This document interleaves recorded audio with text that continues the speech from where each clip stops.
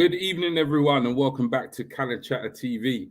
I'm G Talks Arsenal, your host for episode 8 of the Rumour Mill, believe it or not. I can't believe we've been doing this. Well, we've been doing it for 9 weeks, but we skipped last week for obviously prior engagements. But yeah, we're back for episode 8 of the Rumour Mill. And obviously tonight I've got, everybody knows him by now, obviously a regular Untitled Chapter team member, and that is Bobby Brown. Yo, how you doing, Bobby? Yeah, man, I'm blessed, man. I'm obviously I had a week off last week, so I had to take the missus away for her birthday. Even though I was actually trying to still do the podcast on her birthday, but she weren't having it. She weren't definitely not having it. She weren't having it, man. G give me his blessing as well to type. Listen, like, yeah, man, you go look after your missus and that. So I was like, all right. Yeah, listen, this guy, yeah.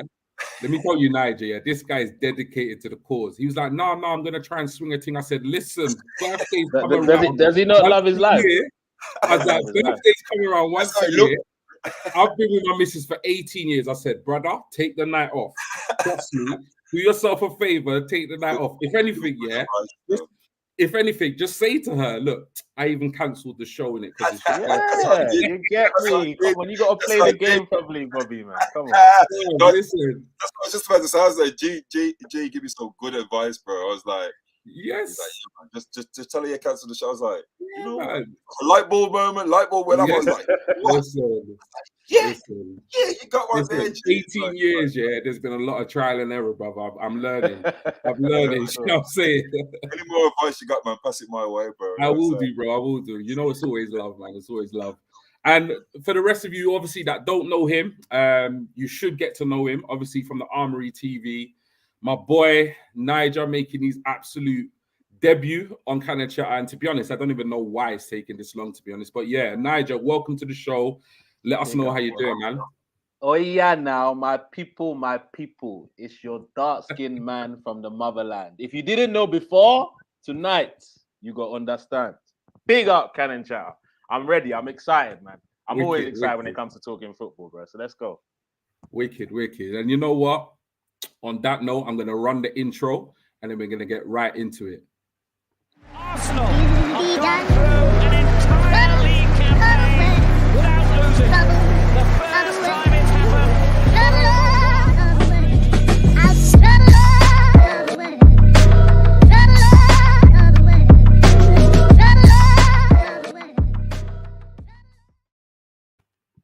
Right, so like I said, good evening, everyone, and welcome back to Untitled Chapter TV. G Talks, your host. We've done the introductions. Bobby Brown, you're always with us.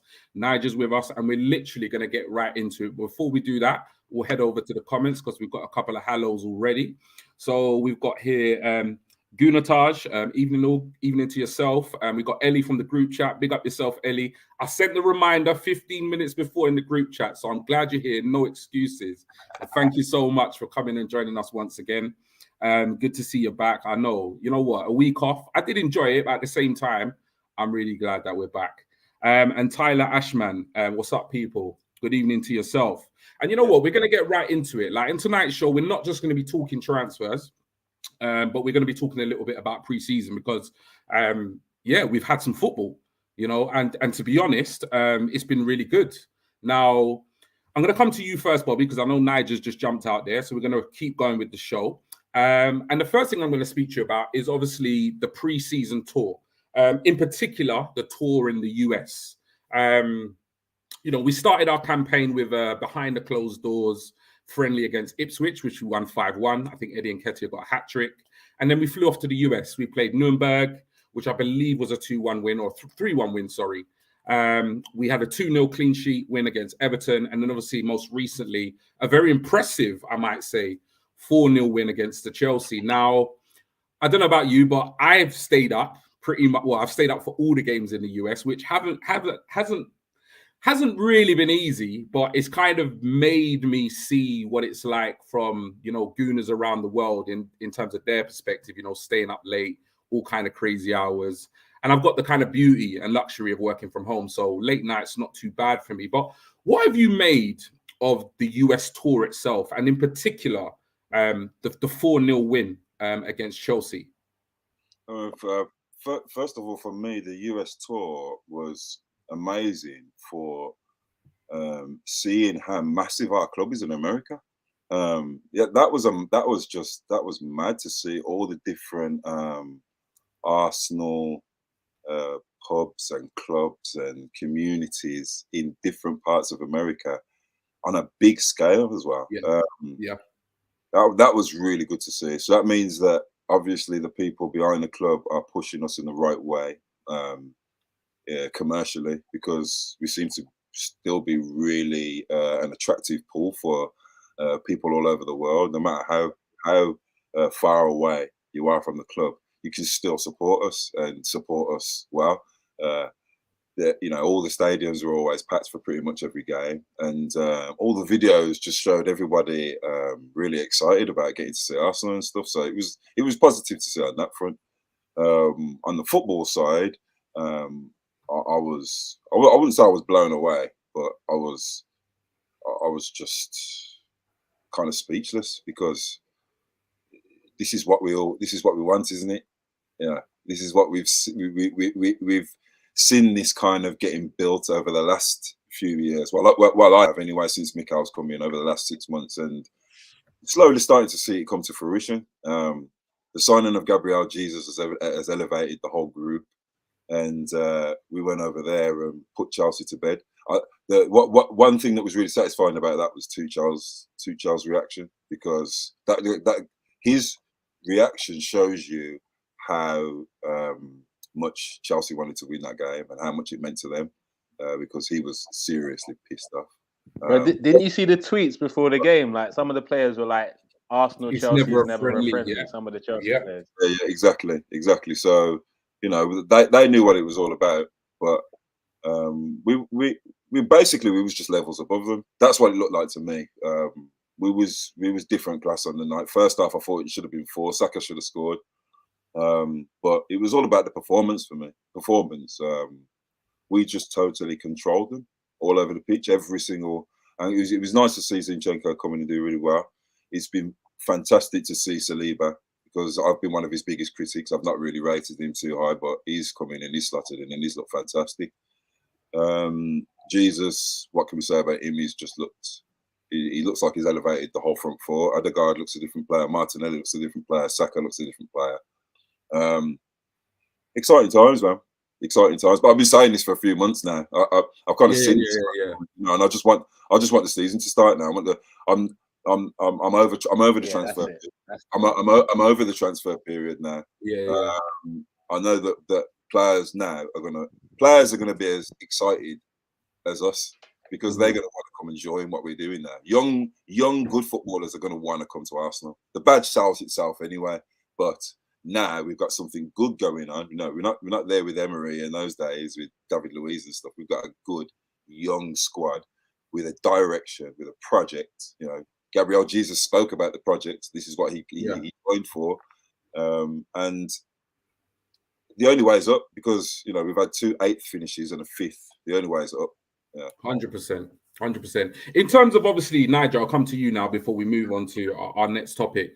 Obviously, it is pre-season, so we don't want to get too carried away. And, there has been a lot of that kind of floating about on social media. You're getting gassed over pre-season. There's nothing in it. There's nothing to play for, etc., etc. Where do you kind of sit in terms of that debate? It being just a pre-season game, or it being, or it actually giving us more of an indication of how we could potentially start the season?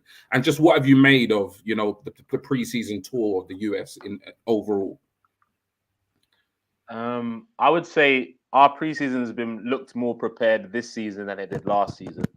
So that's good. And no matter, to be honest, if it was like a little 1-0, I wouldn't look anything into it at all. But because it was such a whitewash where we were so much further ahead, it is something to get a little bit excited about, in terms of how certain players connect. The Saliba in there, Zinchenko slotting in quite easily, those sort of little things. But to be honest, when it comes to preseason, all I'm looking for is building some momentum, maybe try a couple of new formations, but I want to look at who's already hungry to play. That's what I'm looking for.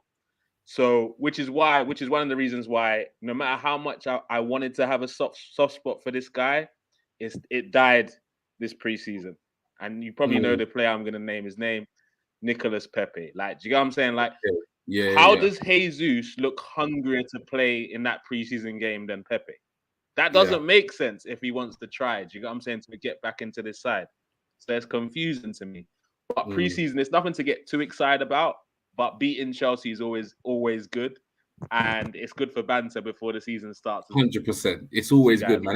It's always good to have that ammo in it on your rivals, particularly the type of window they're having, because they're just taking L after L after L. Like, literally, when it comes to like the fact that they had the cheek to laugh at us when they trumped our bid for Rafinha, and in the end, Edu's come out and said we didn't even bid for the geezer. Bro, they've lost target after target after target, bro. It's embarrassing. Remember, I said that to EG. I said that we're going to come out and say that Edu's going to say we didn't even bid for Rafinha because people forget we've got one of the best young right wingers in world football around here, you know, in Bukayo Saka. So, you know, are we going to be going hard for a right winger? No, we're just going to be going, you know, asking a question. Probably. Don't get me wrong, like, you know, Edu's probably, you know, he might have even played it down a little bit, but I just love the fact that he just said, yeah, I just called Deco, asked him if he wanted it. He went on it, so we just moved on. I loved it. I was like, bro. But you know what he was also doing? You know what he was also doing that I noticed? He was also flexing, like, man's got connects. You get my guy Dex. See what he's saying. wicked.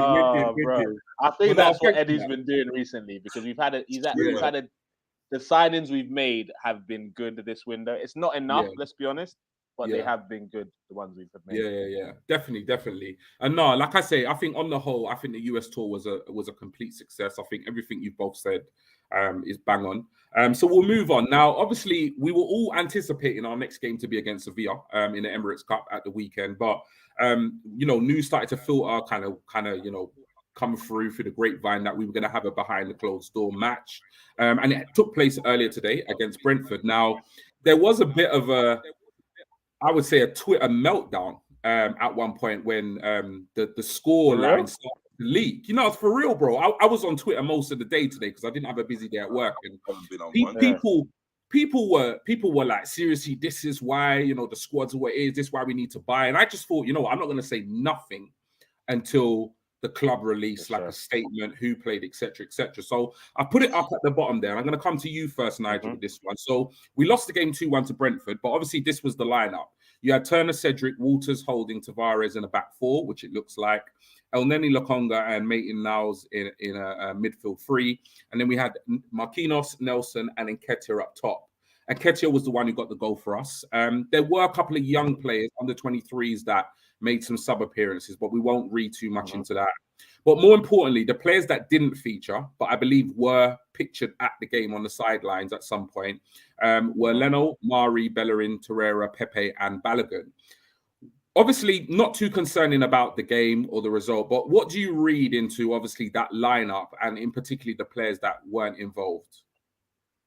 What I read into it is, first of all, I'm pretty confident that we'll never see an Arsenal lineup like this ever, like in a competitive game. So first of all, people on Twitter need to calm down. That's for sure. But I think the game even happened because of, I don't know if you remember the first half in the Orlando game, and it was kind of like our second team bar Martinelli. Yeah. And I don't know about you, that we looked a joke in that first half. We were horrible. Yeah, we did. We looked awful. Absolutely dead. Nobody was creating anything, no patterns of play. Martinelli was doing everything Martinelli does, like bringing energy, press, and all that stuff, but it was only really him. So I'm not surprised that these guys got another run out to maybe see like what they could do. So I wasn't surprised with that. The players that are on the bench proves to me that they're not going to be here next season. Personally, they're not going to be going into the season with us. Like, look at the names. Leno, we're hearing it's been agreed with Fulham. Mari, he's been touted around all the Italian clubs. Like, he's going, he's going somewhere in it. Let's be fair, especially after that Orlando first half where they were destroying us on that left side with Tavares and what's his name, Mari. It was horrible to watch. Every time they were getting in behind, it was like, I thought they could have even been winning in that first half. They made that Orlando striker Michel look like Mbappe, bro. And bro, you know what? I was starting to. The guy's name was Michel. I was questioning myself. Brother, questioning myself. Are these Orlando guys good? Like, what's going on? But then, obviously, the second half happened. I was like, okay, look, these lot were just doing nonsense. Orlando were poo-poo, let's be honest. And we showed them in the second half. But also, if you look at the Torreira, Bellerin, they're definitely leaving. Pepe, he's not the fact that he didn't play in this game for me is very, very important for me, because if anyone should need some minutes if we're looking to use him, it's Pepe. So I'm excited that Pepe didn't play. Sorry, any Pepe lovers in the comment section. I'm sorry. I'm excited that he didn't play because that gives me confidence that two things are going to happen. He's gonna go somewhere to enjoy his football outside Arsenal, and two, that means we have to 1000% bring in another winger. So it's exciting. It's exciting news, the fact that he was on the bench or didn't play. No, I hear you. Also Balogun, it looks like he's probably going to go out on loan as well. Yeah, I'm not reading anything into this game. Yeah, no, I hear you. Anything more to add to that before we move on? No, not really. I was really busy all day today, so I didn't go on Twitter. I didn't see any meltdowns. I didn't even see this. I didn't know that I'd heard that we was playing a game against Brentford, and then one of my Liverpool fan friends at work couldn't wait to come up to me, obviously, to tell me that we just got beat by Brentford. First thing I said to him was, "Tell me the starting lineup." Exactly. That's the first. That's why I never commented on Twitter, because I wanted to see the lineup. Because basically, this is just the game to give them all some minutes, isn't it? Give them all some minutes, or to show Edu and Josh that none of these guys are good enough. Basically, because what you'll want, I think what Mikel wants is he wants 23 hybrid squad of players who he can put in a first 11, and there ain't going to be no drop in quality. A bit like Man City did. That's what he's going to be wanting. So he's there showing him. That's probably why he played the first half at 11 against Orlando. Yeah, right in their face, in the States. Let's see what these do. They did nothing, and then he switched it. And then he didn't even he didn't change the full 11, did he? Because he made he made three subs, and then he made another 3, and then he made another 2 late. So there's just levels, isn't there? And to lose at home against Brentford, some of these players, obviously you can excuse the likes of Walters, and Marquinhos and the young kid that came amongst a couple of under 23s played as well, didn't they? Yeah. Obviously, Nketiah did his job. He scored a goal, so he can kind of hold his head up high. But it just looks to me like it's like these are the guys that we need to get rid of, Josh. So I'm just showing you what they're capable of. And Edu, get rid of them for me, please. 100%. We'll head to the comments now. Thank you for your contribution, lads. Right, we've got nothing wrong with getting into the habit of winning. 100%. Ty saying Pepe gonna be like a Uber or an Ozil, high wages and hard to get rid of. And Ty also saying, also had to update the name and pick. Old pick was about 2 years old. No worries, Ty. I just realized it's you from the group chat, bro. No worries. But yeah, what I was gonna say, you know what it is, it's like, before we move on, because I don't want to spend too much time on this. I was a massive Pepe fan. And when I say that, I'm just saying that I was really impressed with. I kind of got too gassed with the whole YouTube clips. And when we were linked with him, I really thought he was going to be the marquee signing that was going to elevate us. I can't lie, I got on the bandwagon, and since he's been at the club, fair play to you, admitting it, man. Yeah, since he's been at the club, he is probably one of the least performing players that I've been the least critical of. And in a way, I've kind of been unfair, because a lot of the other players, if they're playing poorly, I've done it with Xhaka, I've done it with Lacazette, different parts of the season, and I've done it with other players. But for some reason, I've always kind of held back with Pepe, and I just think that's because I was so excited in the fact that we got him. I've always wanted him to kind of come good, and I said this on a space earlier that the back end of not last season but the season before, he was almost unplayable at times. He got some really good goals, really important goals. It was a season, I think Arteta's full season when we finished 8th. And I thought at that point, he had turned the corner. And I'm glad you brought out that particular period, because for me, that's when I really started to question Pepe. And I'll explain why. Because for me, when he came into his own, the kind of pressure was all off. We had nothing to play for. This is we were just playing games. The season was done, I was like, okay, so this guy wants to start playing like this now. Is he mad? Let's see if he carries that on into next season. If you saw the first, I think he started the first 3 games that we lost last season. He started 3 games. He started the first 5. He started the first 5. And I don't know if you guys remember seeing anything. I think he kind of helped. This is the thing, and this is why his first goal. I was having this argument. I say argument. It was more of a discussion. I was having this discussion with somebody on Twitter, and they were like, he never had his opportunities or his game time last season. I'm like, mate, he had opportunities. I said the only thing is he never took them. That's the problem. He had opportunities. He had chances to get on the pitch. Arteta gave him minutes. By the back end, what everybody's remembering is the back end of the season, last season when obviously Laka was drawn off the team and Eddie was put in. Everyone was like, why not Pepe? Why not Pepe? I'm like, it's because Arteta's gone all season bringing him on and he ain't doing nothing. So he's got to the point where he's like, bro, I'm not bringing you on because anytime I bring you on, you ain't saying nothing. You ain't showing nothing.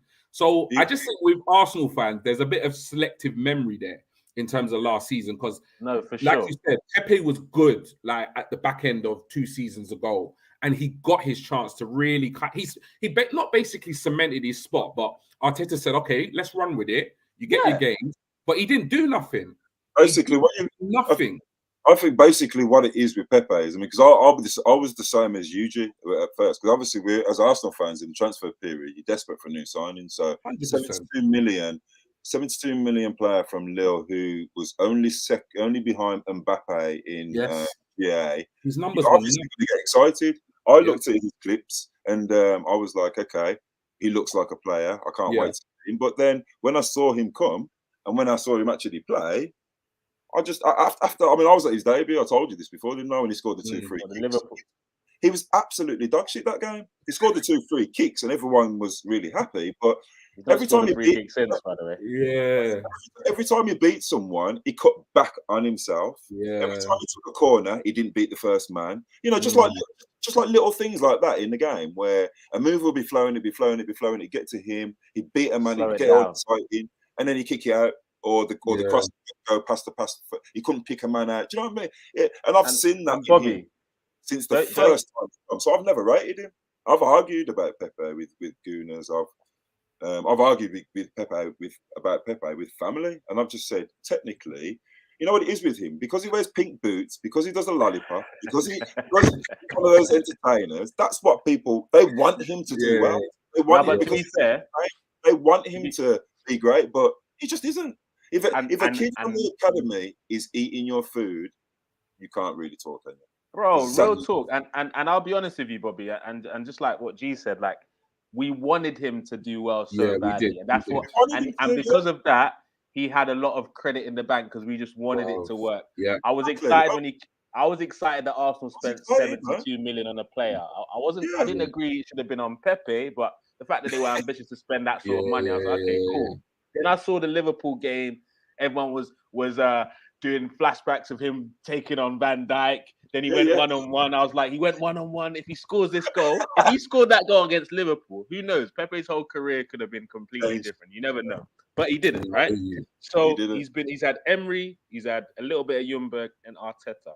And just like, as much as I feel sorry for him, because I believe 2 seasons ago, not last season, the season before, there was games where he played really well and then didn't play the next game.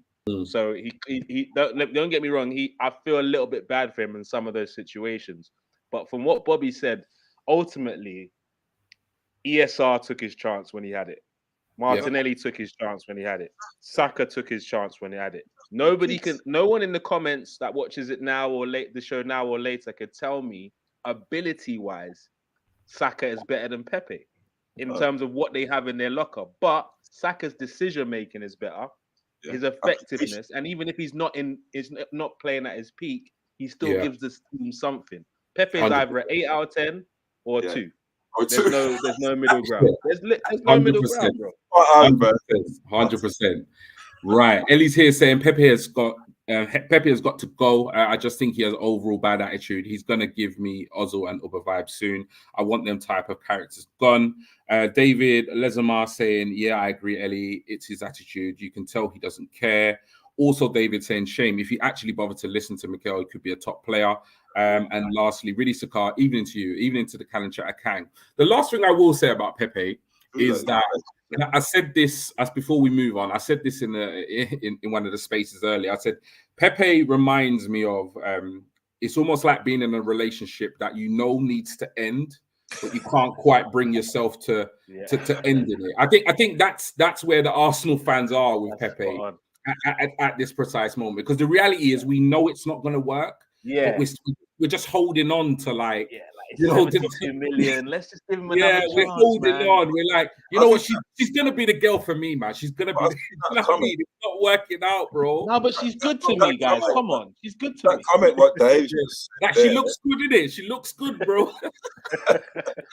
that comment what Dave's just put about shame. If he actually bothered to listen to Mikel, because at the moment he's part of a. He's part of a technical machine that's going to be successful. 100%. He's part of a great coach. Who's got a good team of coaches around him. Yeah. He's part of a fantastic squad of players. You know, so everything's set up for him to be a star. It's up to him. The ball's in his court. So why can't you actually, if he could just apply himself a bit better and show a bit of desire? Because we all know there's a player there. Because we've seen him do some amazing things. The goal against Wolves, and you know, he's done some good things. He's had some good performances. For sure. And Bobby said something very, very good earlier in the show. He talked about how Jesus coming in has raised the level of some of our. You see the players in terms of their intensity seems to. Saka, you can already see the little link up with them. But how is that? He just won the Premier League last season, bro. And he's hungrier than a guy that can't even start for the Arsenal team. And in pre-season, you know. Like, come on, Pepe. I can't argue for him anymore. My African brother, I know, I love it. I hear you. And you know what? On that note, we're going to move on, and we're going to move swiftly on to obviously talking about Pepe. If Pepe does leave, at the moment there are rumours circulating that Newcastle, of all clubs, are particularly interested. And the whispers coming out of the club. I listened to a podcast the other week, David Ornstein. He said that he's very professional in terms of just like how he's kind of applying himself in training. There's no sulking going on, etc., etc. But the whispers coming out of the club or whatever, whether it's true or not, is that they will, think about accepting a fee upwards of 25 million plus. Now, obviously, if he leaves, there's a lot of when he leaves, there's a lot of opinions based on who we should get in. Me and you were in a space earlier, Niger, and we're talking about left wingers, right wingers, versatiles. Do we need a centre forward? Blah, blah, blah. Mm-hmm. Every Arsenal fan's got a different opinion, and all opinions are welcomed on this show. But two players that we are particularly linked with, one player is obviously Gakpo, and the other one is Sane. And they're the two players that we're going to cover in the next section of the show. So talk to me, Niger, about Gakpo. What are your thoughts about, obviously offloading Pepe and bringing in a wide player and Gakpo being that player to come to Arsenal this summer? Here's the thing, I like Gakpo and I'm not going to pretend that. I think he's frozen. If you're frozen. I watched the Eredivisie. Am I frozen? Sorry. So no, you're right. You did. So in terms of the I don't watch the Dutch league religiously because there's not enough good teams in there for me to watch it religiously. But whenever we're linked to a player, I don't just do the YouTube thing. Yeah. I look for also to see how they perform in 90-minute games as well to pick them out. And if I do go to YouTube, I pick or every touch in a particular game or whatever. Yeah. And when I'm even looking at YouTube, I'm not even looking at the fancy stuff. I'm looking at the technique, the types of finishes he has, the how he takes his first touch. I'm looking at specific details. And for me, he's definitely a player with potential. But for me, I just don't think we need another player with potential for this squad to really push on in the positions that we're looking for.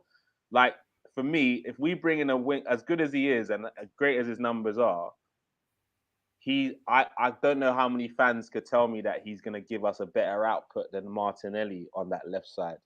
And for me, as much as I like Martinelli on the left side, if we want to be a top team, we can't rely on Martinelli on the left side. As good as he is and I think he's going to eventually become a central striker as well. So we need quality that can play on both wings.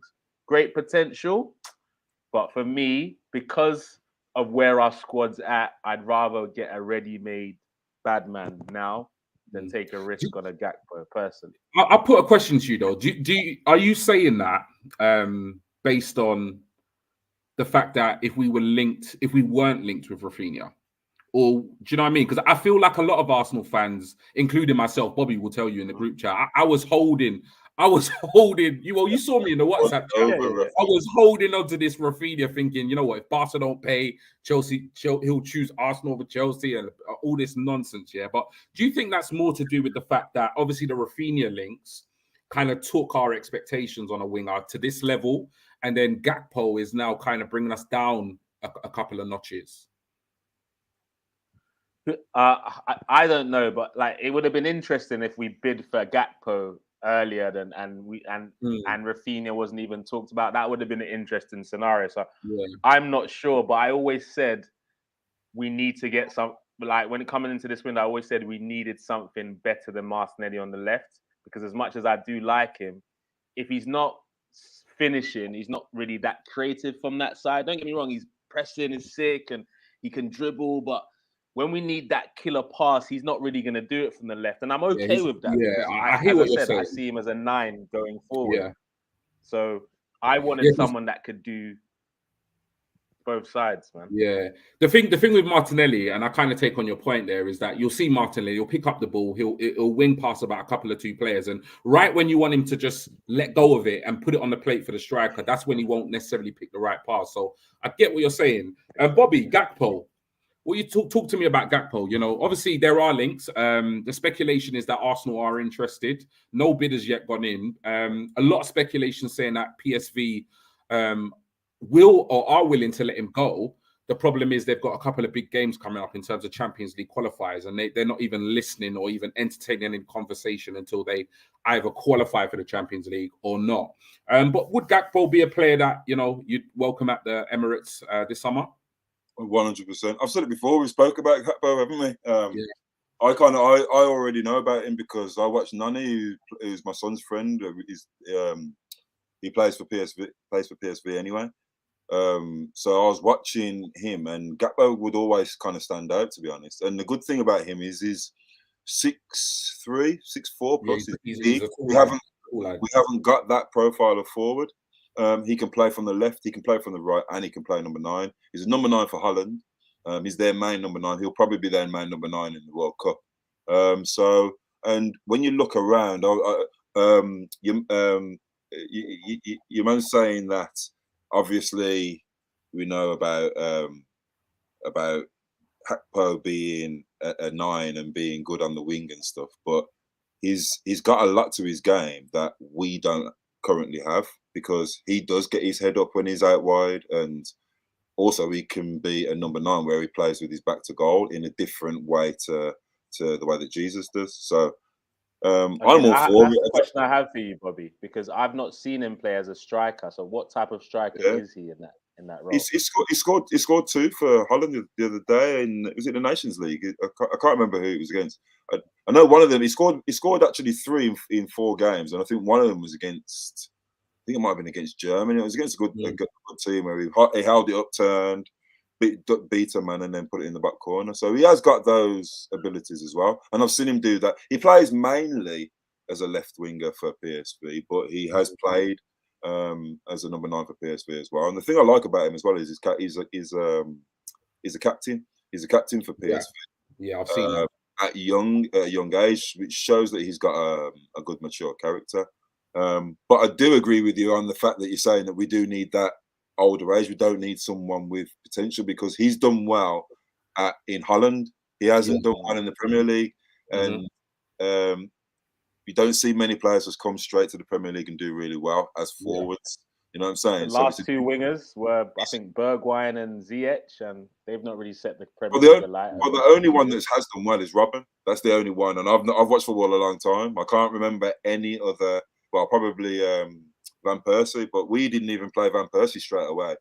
Van Persie played on the left wing a lot, didn't he? And then Wenger kind of turned him into a striker. So okay, it's defenders always do well coming from League One, coming from Eredivisie, but forwards very rarely do. Unless you're top tier like Ruud van Nistelrooy and Luis Suarez, or Mark Overmars, and them. 100. So for me, I mean, I'd take him all day long, but I totally agree with you when you're saying that I don't know whether we'd be looking for someone of that age who's going to potentially be potential. Why? Which is why the Sane links make more sense to me, because if we go for him, wow. And that's somebody we're going to speak to or speak about very shortly. It does make sense. I hear you. David here said, my only problem is Gakpo is predominantly left-sided player. We need a right-sided player. I don't think we need a big name. Our issue has been a drop in quality. Stephen here from Cannon Chat is saying, obviously, hit up that like button. Yes, please do. If for whatever reason you haven't liked the stream, please do that. And for whatever strange reason you've not subscribed, please do subscribe to the channel. And David also saying, if a player can maintain the quality of our starting 11s, then we are a top 3 team. Now, obviously, you kind of mentioned it there, Bobby, and you also mentioned, wingers that have done well in the Premier League. So that brings us on to our next player, and that is Sane. Now, I know, Nigel, you're full of opinions about this player and whether or not this transfer, is possible or whether we're just living in dreamland. But I'll come to you first, Bobby, on this. Talk to me about Sane. It's good. One hell of a player. Well, he was one hell of a player in his time at Man City, but personally, I think he should have stayed at Man City. I don't think he should have left and gone to Bayern Munich, because I think the Premier League's better competition than Bundesliga. So I think he was badly advised. So I don't like that smoke around him. But good point. That's a good point. He is quality. The other thing that I'm not too sure about, but I know about, is that Musiala ousted him in the Bayern Munich team last season a lot. He was starting and Sane was on the bench. I know they do play a lot of games, but all their big games, Sane weren't starting. So what's going on there? I don't watch a lot of Bayern Munich.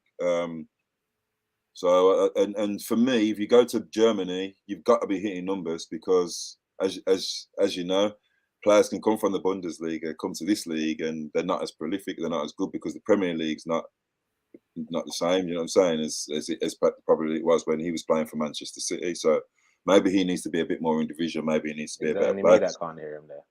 Because he doesn't even start for Germany as well. They start Gnabry, they start Musiala, and they start Werner ahead of him, and they start Havertz as well. So, I mean, I do look at, because I like Sane. When he was at Man City, he used to win big games for them, if you remember rightly. He'd step up and... Yeah, I was gobsmacked when they let him go, to be honest. Yeah, so was I, and that's what I didn't like. I didn't like him leaving. What was it? Is there an attitude issue there? Do you know, is he a bit of a big time Charlie kind of thing? Do you remember there was that issue with him with the Germany squad as well when he didn't go to the World Cup? Yeah, there've been some issues with regards to just his kind of general kind of conduct. His attitude, his Joachim Low come out and talked about he said all he cares about is his hair and his pink boots or something like that. Yeah. I mean, I really like him as a player. I'm not going to deny that. But I do look at characters now, and we're looking at what Mikel Arteta seems to be doing. The fact that he knows Sane could be good, but from an outside looking in, he doesn't seem to be the kind of character that Mikel and Edu would fit into what we're doing. Just like I didn't think that Rafinha would fit in either. His character didn't seem to fit. Did you see how he was acting at the Emirates? And it is something that does come across when obviously there's been a lot of PR, a lot of interviews and stuff like that. And when you do hear the likes of Arteta and most newly, recently, you've seen the interview with Edu. They are talking about particularly the character of the player. Edu even spoke about a particular Dortmund player that he was talking to, and once they got the sniff that this move potentially was all about money, they just moved on. So it's interesting. Nigel, talk to me about Sane, because I know you got some opinions on this one. All right, so what I'll do, I'll put whether I think we can get him to the side. I'll talk about Sane, the player, and what are the variables that could potentially, which is why the reason why there's a story is because of a couple of things. And Bobby did highlight about his attitude, but one thing that I would say is if you hear Sane when he talks about Arteta, it's always really, really positive. Yeah, he loves and it. there was one particular comment I saw when he said when Mikel left, that everyone just seemed lost in the dressing room. He made one of those things. I was like, rah. So their connection must have been quite close for him to make such a big statement. And a lot of his wing play has been bigged up by the work that Arteta did with him. So there is a link there. City link, of course. So there's a little bit of a link. The way he's being treated at Bayern, he's not really a big deal like his talent warrants. Whereas he knows if he comes to Arsenal, he's immediately going to be loved by the fans. Do you get what I'm saying? And if that plays a part, there's a few potential plot twists that could maybe put it in our favor, but I just don't think it's going to happen. But if we were to get him, what a player! Because people talk. I think someone was saying if Sane comes in, does he take Saka's place on the right? No. If you really watch Sane at City, he used to stretch the width on the left. He can play on the right, which is going to be a massive benefit to us because we can do the Robin Duff thing where they're switching wings and confusing defenders like that Mourinho's first title year, and that was a crazy front three. Robin and Duff were doing madness. I know you lot remember. That's probably one of the best football we've seen from a Mourinho side. So I would love that connection, and it will also give that extra bit of pressure for the likes of Martinelli and Saka. Because if we sign Gakpo, if I'm Martinelli, I'm thinking, boy, I'm starting on this guy. What do you mean? I'm not worried about if I'm Martinelli and Saka. I'm like, whatever. But if Sane comes in, boy, I have a couple of bad games. You're like, yo, he could drop it. Could drop me. And if you look at the squad he's assembling, like I hope it works out how I'm going to explain it now, because if it does, Mikel's done some genius work. Let me give it to him, because he's created a squad of players that all have to respect him. There's no big personalities in there, youth players. He's got Xhaka on side, all these little things, right? Partey's on side. He's now brought in 2 players that he's already worked with. Yep. So anything he was telling them about City beforehand, he's got 2 players that are going to reiterate that now. Do you get what I'm saying? Like, was it all talk? Winners. If Zinchenko comes in like, Arteta did this with me. He did this for my game. Obviously, every other player is going to be like, yo, so it wasn't just talk. He actually is that guy. Do you get what I'm saying? So everything he's been saying is further enhanced because of these 2. And if you see the intensity of Jesus, you can already tell Saka's like, yo, this guy's won 4 Premier League titles and he's working harder than me right now. Like, well, go on. Do you get what I'm saying?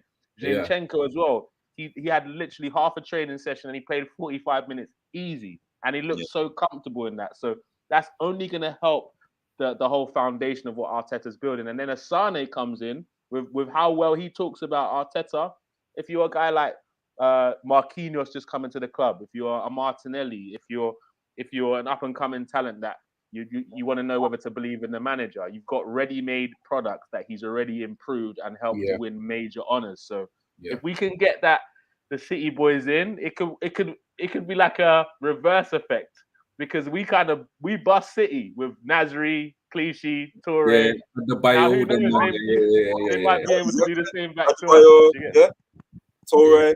True. Yeah, you know I'm what? excited if he comes. It's mad because it's like the thing with me, is like with this whole transfer window is I'm not massively getting invested like I did previously, obviously with the likes of Vlahovic and so forth. But at the same time, I can't help but get excited about the possibility of someone like Sane coming. I don't think it's beyond the realms of possibility. I really don't.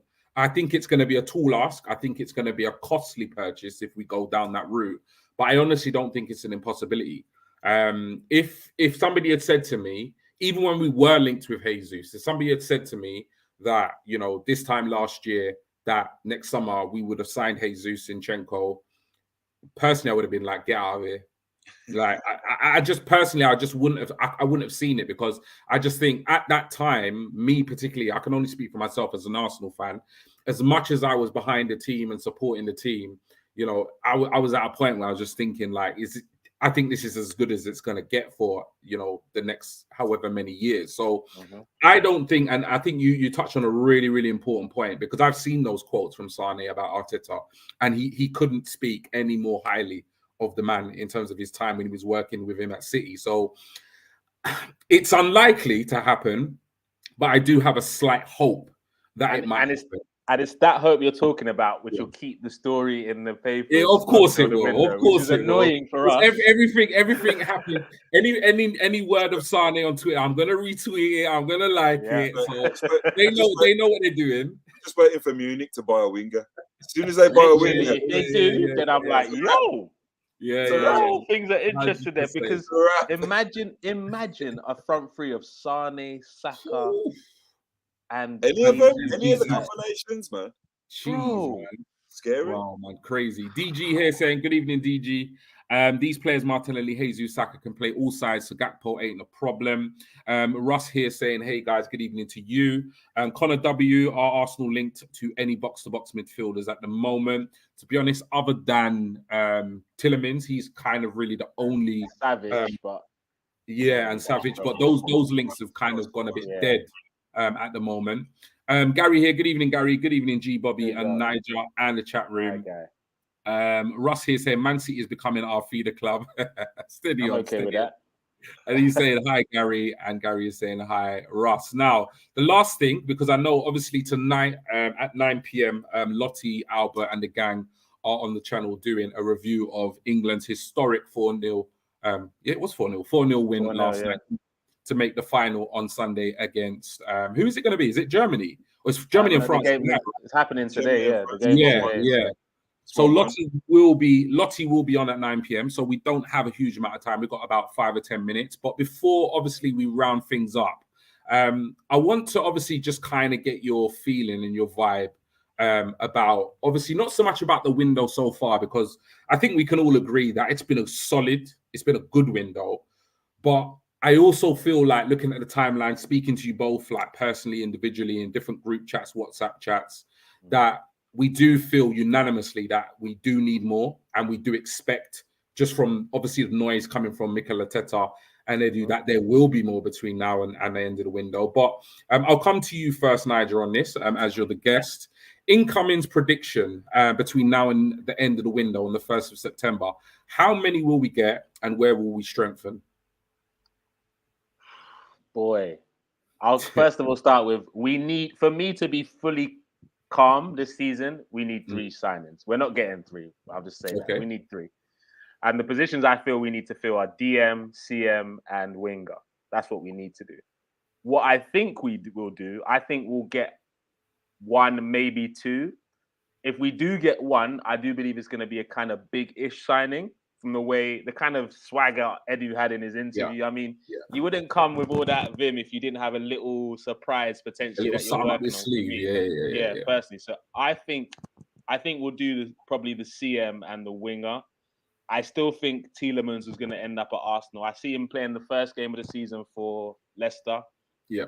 And then Leicester are going to start getting shook that they could potentially lose him for free at the end of the season. So that's when our strategy might become genius. Do you get what I'm saying? Like, it was always a risk, but I could see what they were doing, because Leicester want 40 mil. Arsenal, like, he's got 12 months of his contract. We're not paying 40 mil. They're like, no, but other people are linked with him. You see them try and leak a story about Man U, about this guy.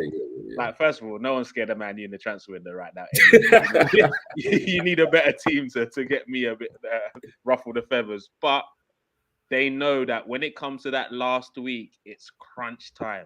Yeah. So it could end up being one of the most genius tactics-wise. In terms of the winger, I don't know, because in terms of, if it's not Sane, I don't know. Do you get what I'm saying? Because I would be underwhelmed if we end up signing Gakpo. But if you're telling me either Gakpo or keep Pepe, you know which one I'm gonna pick in it. So, so it's one of them ones. But I think we'll get two deals done. Cool. Centre midfielder and left winger. I mean, winger. Hopefully that can play on both wings. Hopefully. Cool, Bobby. Right over to you. Same questions. Incoming predictions. How many and where? I think we're going to get 3. I think he wants 3, and I think if he can get rid of 5, if he can get rid of, I think if he can get rid of AMN, Torreira, Murray, Bellerin, and Leno. I think if all 5 of them go, I think we'll definitely sign 3 players. I think we'll sign a hybrid forward that can play either wing. I think we'll definitely sign a midfielder in the mould of Tillemans that can play 8 or can play defensive mid, because Tillemans can do both. And I think his biggest priority is a defender, because centre back. Yeah. A centre back that can play the right or that can, well, I think the left-sided ones to cover, because I think what will probably happen is that you've only got really Gabriel that can play on the left side of centre back. If he gets injured, then he's put in different shaped players there. You're probably going to have to put Tomiyasu there, or do you know what I'm saying? So I think he wants another defender, because I think he can see that he'll play Saliba and White as the right centre backs, and he'll want Tomiyasu and Cedric as the right backs. But I don't know. But I just think that they'll go for a defender. That's just my hunch. Yeah. But I think we'll get another 3 players for sure. All right. I don't know. I've heard that the temperature over the last few weeks in London has been high. So obviously that's messing with Bobby's mindset a little bit. He's forgotten what football team he supports. You know what? More signings. Bro. Listen, bro. You never know.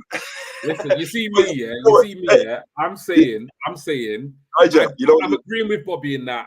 If in the perfect world, I think we need 3. And I would say a wide player, a centre mid. Forget the names. Whoever they come in. But for me, the LCB situation for me is a bit of a priority, because when I look at Saliba and White, I see Saliba right now. If the season starts next week, I see Saliba in that slot. I see Gabriel next to him, and I see Ben White potentially playing right back for that game. We've got Mari, he's going. Holding, I've got very little confidence in him. I think for him, this season is going to be a Carabao Cup or group stages of the Europa League. Other than that, I don't think he's going to get. I know Tony's going to kill me, but listen, in the US tour, when Saliba came into that side and you saw Saliba, Ben White, and Gabriel, anytime you saw Holding, before that or after that, he stood out like a sore thumb in terms of his game. He's a good defender, but in terms of his overall game, those 3 are levels above him. Absolutely levels above him in terms of their overall play. So I think we are missing a position. I wouldn't necessarily agree with Bobby to say it's a priority, because I do think like we do have players that can do a job. But ideally, I do think in the back of Arteta's mind, he will be targeting an LCB.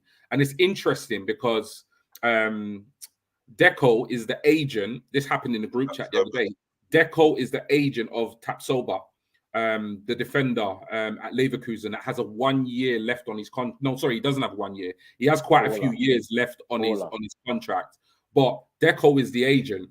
Now, I'm not saying, obviously, we have been linked with him. If it was me, I would definitely be bringing in an LCB, a CM, and a winger.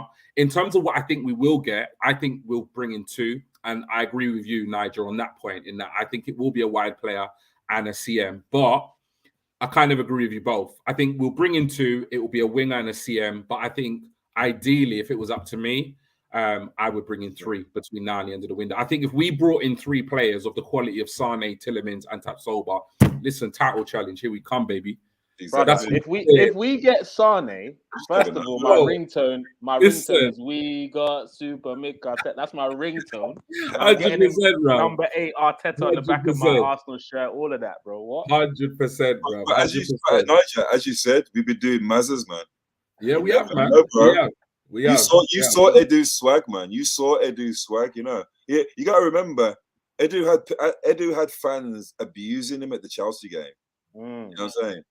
He had the fans abusing him. No, I'm on about last season. Fast forward 12 months, look where we're at. You know what I'm saying? He's coming like the Messiah for us. He's close to getting a statue. Hey, Eddie for a statue. Listen, if you bring me Sane, Tillemans, and Tapsoba, bro, statue out the ground, in the ground. Listen, everywhere, multiple statues. I don't know about statue, but my chest will be a different kind of out if we make them sign it. Right. I'm going into the City game with confidence if we make them sign it. Listen. But you know what? I could do this stream all night with you two, man. I tell you that, man. But we've got to cut it short because obviously Lottie's on tonight at 9, and we're cutting it close to 9. Those of you who are interested, obviously, in the women's game, England, you can stay tuned for that starting at 9. If it's something you've never watched, if it's something you want to learn a little bit more about, get behind the girls, obviously the final on Sunday, please do stay tuned. Obviously, women's football is massively on the up. It's something we should all be encouraging and supporting. So please do stay tuned for that. In terms of upcoming shows, so we've got Lottie's show at 9. And then we will be back for our first episode of the Lock-In, which will be previewing the game against Palace away next weekend, obviously the Friday when we kick off, and we will be covering a little bit of transfers as well. But before we go, I've got to say a massive thank you to you, Niger. Obviously came on here, did your debut, and you know what, you put in a 10 out of 10 performance. Let the people know where they can find you on the socials, bro. Oh yeah, now you can find me on One Touch TV. That's the YouTube link. Also OneTouch_TV. That's Instagram. You can also catch me on the Armory, Tunnel TV as well. Genuinely just talking Arsenal and football, man. Thank you very much for having me on the show, and I'm hoping to get you on my show very soon too, man. 100%. We're gonna make it happen. Bobby, any last words before we go, bro? It was nice to meet you, Nigel, man. It's been a very, very enjoyable show, man. It's always enjoyable, but it's good to get some new people on there and talk Arsenal, man. It's been great, yeah, man. And a couple of wild comments from you, but I can let that slide. It is my baby. I can let it slide. There's always wild comments from me, bro. Trust me, you don't know me, man. But, wicked, bro. Yeah, wicked. I'm just looking forward to the new season, man. I'm obviously getting a season ticket this year, so my first ticket's come through. Man. I'm just excited, man. I'm going to watch Seville Saturday as well. So yeah, man. Let's go. Come on, you Gooners. 100%, bro. Hopefully, I can go over to London to watch a game this season, man. I hear you, man. I hear you. But on that note, we got to love you and leave you. Like I said, we could do this all night, man, the three of us. But you know what? Until next time, keep chatting. Peace out.